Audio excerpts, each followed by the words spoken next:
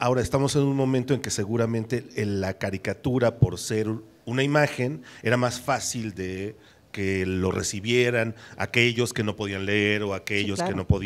que no podían acceder a libros, yo qué sé. Bueno, entonces quizás la caricatura tenía ese impacto maravilloso, lo ¿no? sigue teniendo. Lo sigue teniendo, Lo es sigue verdad, teniendo. claro. Hoy en día, es decir, hoy en día se juntan dos cosas. Es decir, hay mucha gente que no lee de manera fluida y que se politiza a través de caricaturas, pero luego también ocurre que la gente que no tiene tiempo para leer toda una información, de repente se va a las caricaturas y se da por enterada. Claro, se da por enterada. Dice, claro, ya vi el periódico. Claro. Y a veces puede que hasta tengan razón. Pero siempre es preferible que lean otras notas, toda la sí, información. Entonces, claro. bueno, es una imagen de la batalla del 5 de mayo, ¿no? Y esta es una imagen, estas son las cosas que hacía Santiago Hernández, son las caricaturas que publica Santiago Hernández en El Palo de Ciego a raíz de la batalla del 5 de mayo. Mira, como bien sabemos, la batalla del 5 de mayo no fue una batalla decisiva en la intervención francesa. De hecho, se da la batalla del 5 de mayo y un año después, y entonces, bueno, pudo haberlo sido porque Napoleón III duda de la información que le han dado los conservadores y hasta piensa retirar a sus tropas de México. Pero el embajador francés Dubois de Saligny y los conservadores mexicanos lo convencen de que mande más tropa. Entonces Napoleón al año siguiente se decide a lanzar más tropa y ya no manda 5,000, lanza 30,000 o 20 y tantos mil, que con el ejército conservador ya suman un ejército de más de 30,000. Y con eso están convencidos de que van a ganar. Pero la batalla del 5 de mayo sí se convierte en un símbolo, es como la batalla de Trafalgar de los ingleses con Napoleón I, que claro. Ahí se dan cuenta que pueden ganar. Que pueden ganar, claro. Y se convierte en un símbolo del triunfo. Entonces, los liberales entendemos, mexicanos, por lo ajá. que acabas de decir con Estados Unidos, ahora entendemos seguramente por qué se celebra de pronto en las embajadas norteamericanas el 5 de mayo, claro. Para los Estados Unidos el 5 de mayo, y por eso, entre otras cosas, nombran a Juárez benemérito de las Américas. Así es. Es decir, para los Estados Unidos fue una alianza importantísima la alianza con los liberales mexicanos, porque paró la intervención francesa, porque el proyecto de Napoleón era un proyecto bien sofisticado, era un proyecto la intención era crear un imperio en México que cortara a Estados Unidos de las colonias americanas, crear un imperio pro-europeo para que las colonias americanas estuvieran al servicio de los diversos imperios europeos. Ese era el proyecto de Napoleón. Es curioso que se ha utilizado a México de esa manera en otros momentos. Tuvimos una charla con César Callejas y nos hablaba de cómo Hitler intentó también mandar espías porque lo que quería era cortar el suministro en ese momento de petróleo a Estados Unidos. Es decir, claro. México se convierte en un país clave para mantener cierto poder, ¿no? No, y no nada más para mantener cierto poder. Mira, hay cosas que no acabamos de aquilatar. Ajá. Del peso que ha tenido México en la historia del siglo XIX y del siglo XX. Por ejemplo, la derrota de los franceses en México provoca, entre otras cosas, el descrédito de Napoleón III.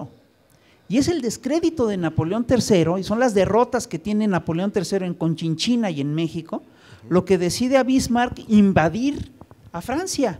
Por eso Bismarck dice, ahorita Napoleón III está débil, vamos a invadirlo. Y lo invaden y le ganan la batalla en 3 patadas. Y ahí Francia le impone, Alemania le impone a Francia condiciones humillantes. Y en la guerra del 14-18, en la Primera Guerra Mundial, cuando Francia gana la batalla, Francia básicamente le impone a Alemania condiciones paralelas a las que le impuso Francia en el Tratado de Versalles. Sí. Y eso desata la Segunda Guerra Mundial. Claro. Es decir, el antecedente directo de la Primera Guerra Mundial fue esa guerra. Se puede decir que México tuvo un peso importante en esa guerra. Además, claro. No hay que olvidar que los liberales mexicanos eran al final de cuentas muy francófilos. Sí. Y creían que Francia era la vanguardia de la cultura, etcétera. Y entre otras cosas, Juárez, que acababa de tener la intervención francesa en México, le ofrece al gobierno francés tropas mexicanas para ayudarlos a combatir a los alemanes. Es una muestra de grandeza de Juárez extraordinaria. Pero mira, esta caricatura es muy interesante porque la hace Santiago Hernández poco después de la batalla del 5 de mayo.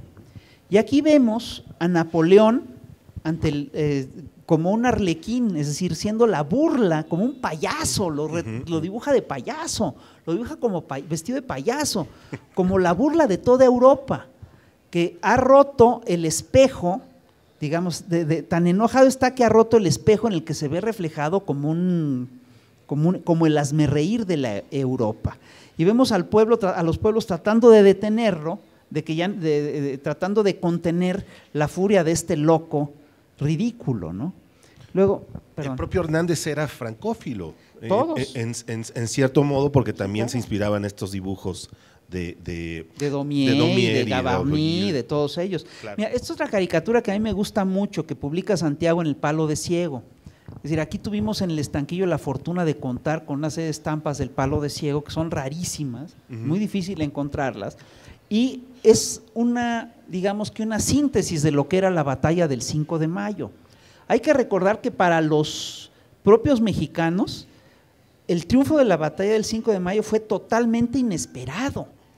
Es decir, hay una crónica que cuenta que antes de salir a la batalla, creo que es González Ortega, otro militar mexicano, le dice a Ignacio Zaragoza, dice, entonces usted está encargado de dirigir la derrota que hoy vamos a sufrir contra los franceses, poco antes de la batalla, ¿no? Y no solo eso, sino que cuando resulta que los mexicanos ganan la batalla y los franceses se van corriendo, la prensa mexicana liberal, la que está expectante, esperando las noticias, cuando le dicen que ganaron los mexicanos, no se la cree. Y yo recuerdo la nota que publica la orquesta el 6 de mayo, ¿no? Dice algo así, dice, bueno, las primeras noticias que han llegado son alentadoras. No hay que echar las campanas a vuelo, pero parece ser que no nos fue tan mal. Eso es lo que dice O sea, no ganamos, sino al menos no nos fue tan mal. No podemos decir que ganamos, pero claro, parece que no nos fue tan mal. Entonces ya cuando se enteran de que sí ganó Zaragoza la batalla y de que los franceses salieron corriendo, pues estos entran en un estado total de euforia, y es una de las primeras caricaturas que se publican y es muy bonita. Vemos en el fondo al general Ignacio Zaragoza, que era muy alto. Ignacio Zaragoza medía cerca de 2 metros o poco más de 2 metros, era altísimo, y para la época más, ¿no? Y además al lado de Juárez debe haber sido un coloso, ¿no? Porque Juárez era chaparrito. Pero aquí vemos a 2 chinacos como en un circo de perros, y está Zaragoza dirigiendo el circo de perros al fondo, ¿no? Y vemos a 2 chinacos en un circo de perros toreando en una cuerda a unos perros. Los están haciendo saltar la cuerda floja. Entonces, en los aires está un caniche ahí con el rostro de Dubois de Saligny, el embajador de Francia en México, ¿no? A punto de caer por tierra, y ya por los suelos está el general Lorenzés, caído, es decir, con el espinazo roto, con una espada en la mano, y vemos cómo en el horizonte todos los franceses corren como liebres. Y a la izquierda de la imagen, en un primer plano, vemos a un borrego corriendo. Esta imagen es un arquetipo de la época. Los borregos eran las falsas noticias, y aquí la falsa noticia es la falsa noticia sobre el poder de los franceses. Dicen, al final de cuentas, lo que nos está diciendo ese borrego es que todo el poderío de los franceses era una mentira, claro, y que se vino abajo por la intervención de los chinacos, ¿no? Entonces, estas imágenes son muy curiosas porque en aquella época la gente las entendía de entrada y las leía como si fuera un artículo de opinión. Claro, ¿no? Y lo era en cierto modo. ¿Cómo? Por supuesto que lo era. Claro. Son editoriales gráficos, ¿no? Sí, exactamente. Ahora, les decía yo que después de la batalla del 5 de mayo, la batalla del 5 de mayo no fue decisiva. Después vino el sitio de Puebla. Esta es una estampa muy bonita de Casimiro Castro, sobre el fuerte, sobre el sitio sobre el sitio de Puebla del 63, y es una imagen en la que vemos a la ciudad, en el centro del Valle de Puebla, la ciudad fortificada, rodeada de las tropas francesas, y bueno, ya todos sabemos que los franceses ganaron esa batalla después de un sitio terrible, de un sitio muy brutal, entre otras, un sitio que tuvo episodios tremendos, como la batalla del fuerte de San Javier, la penitenciaria de San Javier, es uno de los puntos fuertes del sitio, y los franceses decidieron romper por ahí el sitio para demostrar que eran realmente poderosos y que eran incontenibles. Todavía el fuerte de San Javier, si lo ves, pues tenía pues, paredes que han de haber medido 1,5 metros de ancho de pura piedra. Los franceses la tiran a cañonazos y finalmente entran a Puebla, pero pues no pueden, entran al fuerte, pero no entran a la ciudad. Son contenidos por los liberales mexicanos, porque los liberales mexicanos se echan realmente, hacen una defensa así heroica del sitio, ¿no? Fíjate, es una de las cosas que no entiendo, ¿por qué no celebramos la defensa del sitio de Puebla? Porque fue una defensa realmente impresionante.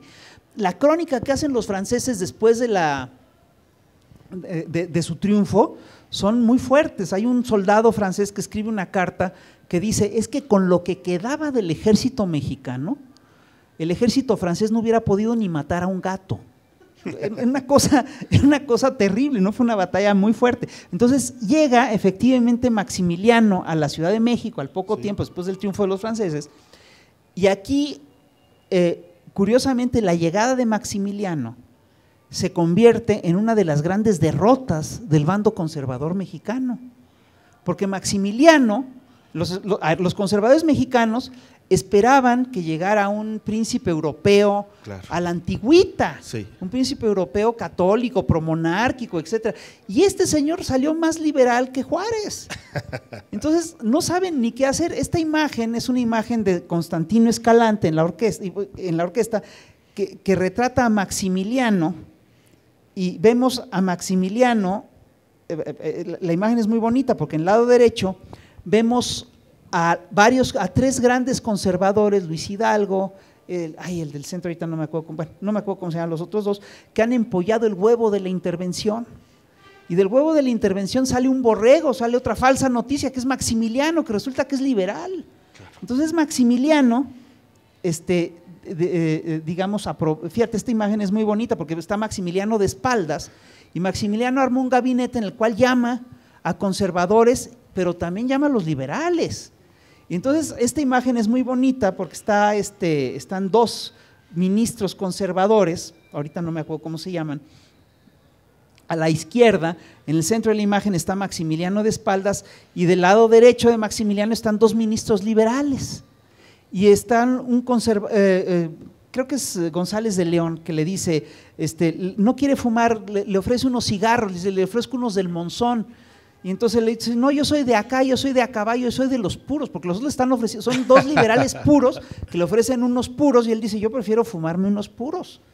Y eso fue para los conservadores la muerte. Y hay una cosa que hay que recordar de la intervención francesa, que es que una parte importante de la resistencia contra la intervención francesa se hizo en periódicos de caricaturas. Y una parte importante de la resistencia contra la intervención francesa fue la resistencia política. El hecho de que Juárez nunca abandonara el territorio nacional fue fundamental.